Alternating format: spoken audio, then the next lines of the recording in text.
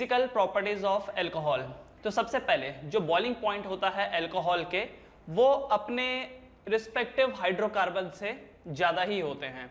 The boiling point of alcohol is greater than their respective hydrocarbon. अब hydrocarbon का मतलब क्या हो गया? एल्केन्स, एल्कीन्स, एल्काइंस या फिर हेलोएरिन्स, उनसे भी ज्यादा होते हैं। ये क्यों होते हैं? क्योंकि इसमें हाइड्रोक्सिल ग्रुप रहता है, इसमें हाइड्रोक्सिल ग्रुप रहता है OH, और ये जो हाइड्रोक्सिल ग्रुप है ये इंटरमॉलिक्यूलर हाइड्रोजन बॉन्डिंग करता है इस वजह से। ओके, तो चलिए ये यहां पर लिख देते हैं कि boiling point of alcohol, boiling point of alcohol is higher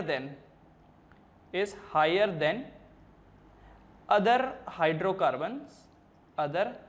hydrocarbon या फिर एल्काइल हैलाइड्स और हेलोएरिन्स of comparable molecular mass, of comparable molecular mass। मतलब कि अगर मॉलिक्यूलर मास लगभग एक जैसा है, अगर मॉलिक्यूलर मास लगभग एक जैसा है, तो in that case boiling point of alcohol ज्यादा होगा बाकी हाइड्रोकार्बन या अल्काइल हैलाइड या हेलोएरिन से। क्योंकि because of tendency to form intermolecular hydrogen bonding। ठीक है, देखिए इंटरमॉलिक्यूलर हाइड्रोजन बॉन्ड कब बनता है? जब हाइड्रोजन एक हाईली इलेक्ट्रोनेगेटिव एलिमेंट से अटैच्ड हो, जैसे कि यहां पर ऑक्सीजन है तो हाइड्रोजन ऑक्सीजन के साथ अटैच्ड है, किसमें? ROH में। तो ये इंटरमॉलिक्यूलर हाइड्रोजन बॉन्डिंग शो कर सकता है, इस वजह से जो इनका बॉइलिंग पॉइंट होता है वो बढ़ जाता है। ठीक है, दूसरा एक चीज समझिए कि ये जो बॉइलिंग पॉइंट होता है is directly proportional to the molecular mass. जितना ज्यादा मॉलिक्यूलर मास होता है उतना ही बॉइलिंग पॉइंट बढ़ता चला जाता है, ओके। जैसे मिथाइल अल्कोहल का बॉइलिंग पॉइंट कम रहेगा, इथाइल अल्कोहल का ज्यादा रहेगा, प्रोपाइल अल्कोहल का और ज्यादा रहेगा, ओके। तो इस तरीके से जब मॉलिक्यूलर मास बढ़ता चला जाता है तो बॉइलिंग पॉइंट भी बढ़ता है। एंड दूसरी चीज आपको ये ध्यान देना है कि boiling point is inversely proportional to the branch. ठीक है, inversely proportional to the branching बोल सकते हैं इसको।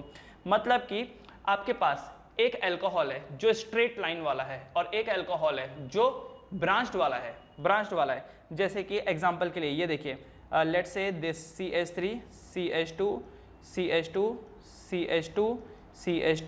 OH। ओके, ये देखिए 1 2 3 4 5, इसमें 5 कार्बन है एंड एक OH ग्रुप अटैच है।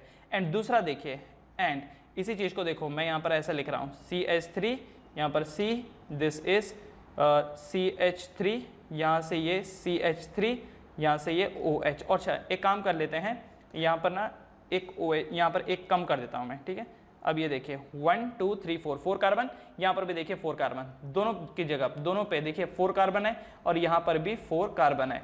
तो दोनों का जो मॉलिक्यूलर मास है वो सेम है। पहले तो क्या होगा कि जिसका मॉलिक्यूलर मास ज्यादा होगा उसका बॉइलिंग पॉइंट ज्यादा होगा।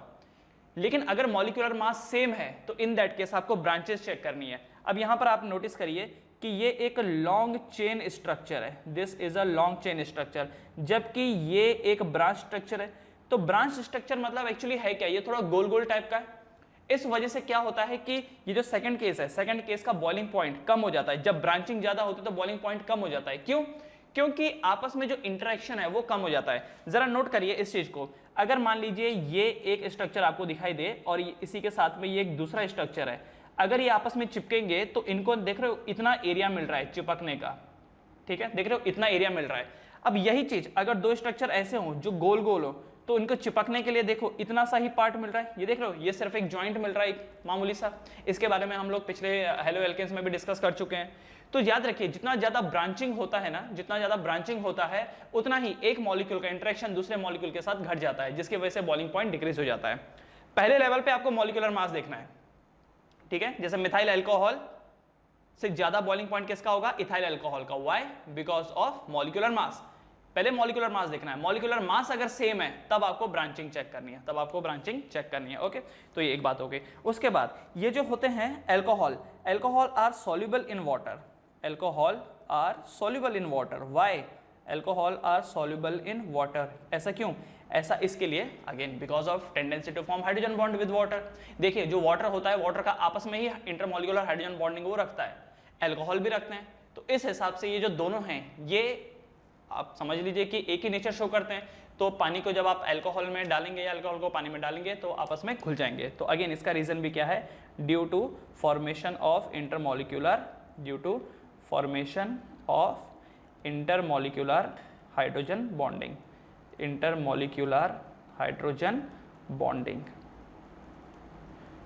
ओके, अच्छा यहां पर एक और चीज ध्यान रखिए कि जो सॉल्युबिलिटी है, सॉल्युबिलिटी है is inversely proportional to the size of alkyl group, size of alkyl group.